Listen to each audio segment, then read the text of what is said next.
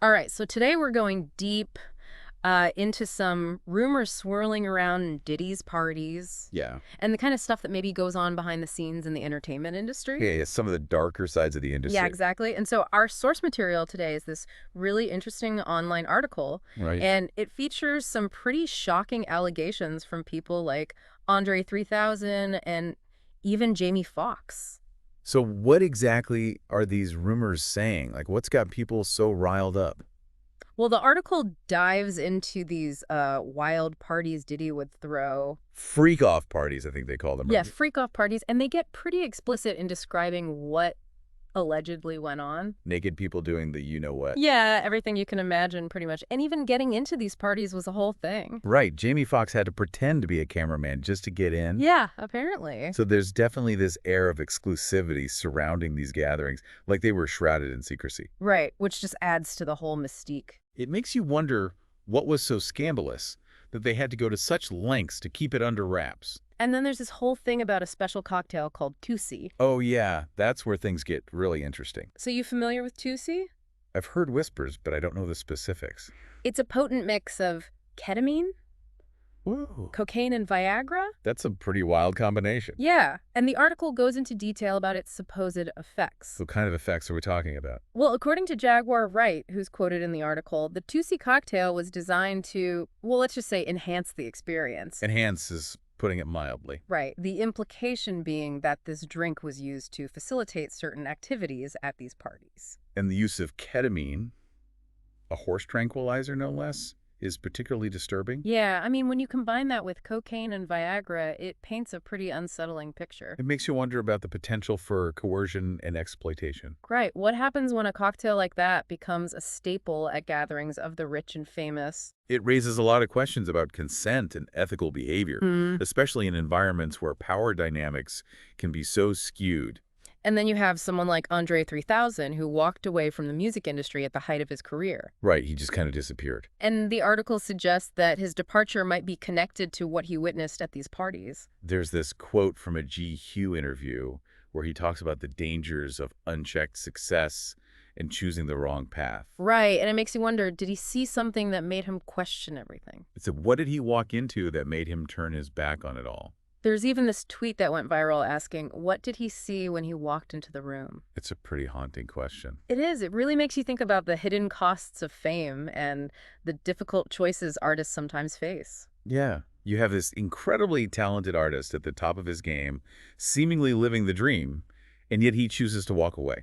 It definitely challenges our assumptions about success. And it forces us to consider what truly matters in the face of immense wealth and recognition.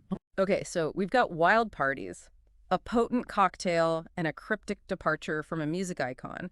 But this story gets even weirder. Oh, I'm all ears. Because apparently comedian Cat Williams talked about these parties in a stand-up routine back in 2004. No way. Seriously. Yeah, and the article describes him talking about being pressured to attend one of these events Okay. and leaving totally disgusted. Wow. And here's the thing, Andre 3000 was reportedly in the audience that night. No way, get out of here. Yeah. So they both might have had this shared experience, this understanding of what was going on behind the scenes. Exactly. And it wasn't just comedians and musicians either. Apparently, Jamie Foxx ran into Dr. Ruth, Wait, Dr. Ruth Westheimer, the sex therapist? the one and only at one of Diddy's pool parties. You've got to be kidding me. Nope, the article actually mentions it. That is so bizarre. It is, right, like it's this totally surreal image. It's like something out of a fever dream. Totally. And it makes you wonder what kind of environment were these parties creating? Right? Like, what was going on that would make someone like Dr. Ruth a regular attendee?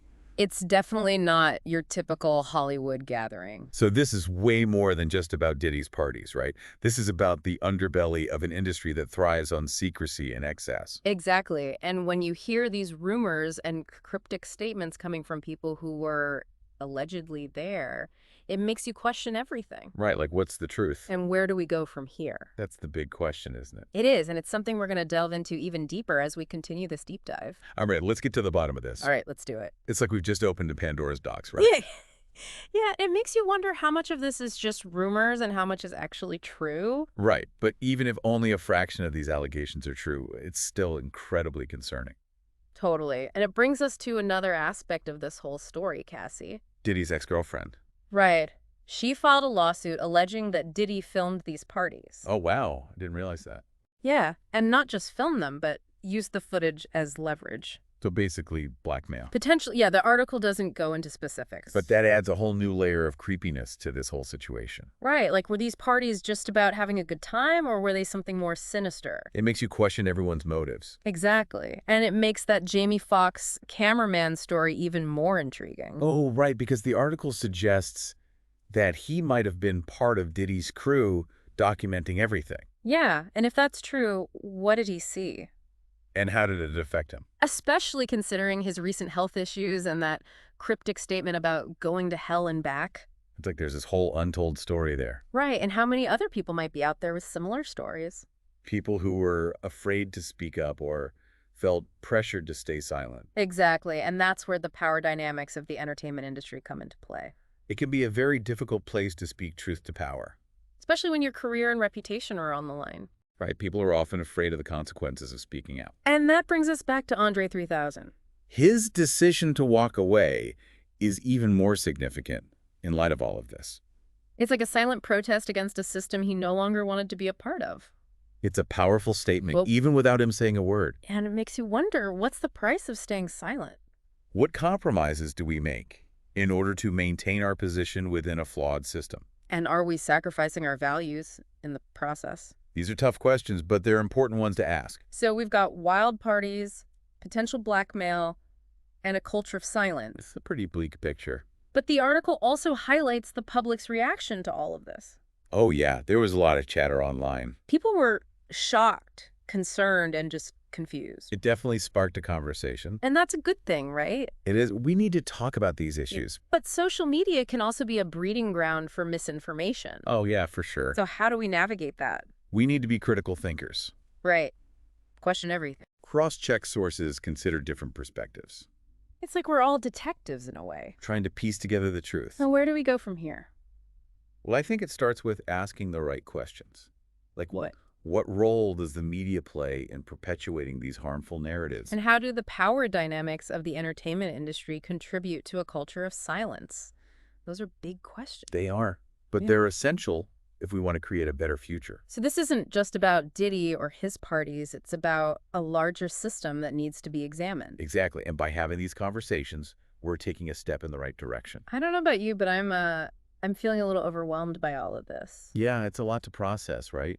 All these rumors and allegations. It is. It's like, where do we even begin to untangle all of this? Well, I think the first step is just acknowledging that this is a real issue Okay. and that it's not just limited to Diddy or the music industry. So what can we do about it? Like, as individuals, I mean, it's easy to feel powerless in situations like this. I get that, but we're not powerless. We have a choice. Okay, what kind of choice? Well, for starters, we can be more mindful of the media we consume. Okay, so like being selective about what we watch and listen to. Exactly. We can choose to support artists and creators who align with our values. So like people who promote positive messages and treat their collaborators with respect. Exactly. People who are using their platform for good. Okay, so it's not about canceling people. It's about supporting those who are doing things the right way. Right. We vote with our dollars and our attention. And we can also use our voices, right? Absolutely. Speak up. Share information on social media. Write to your elected officials. Have those uncomfortable conversations. Exactly. Every little bit helps. You know what really stuck with me through all of this was Andre 3000 walking away.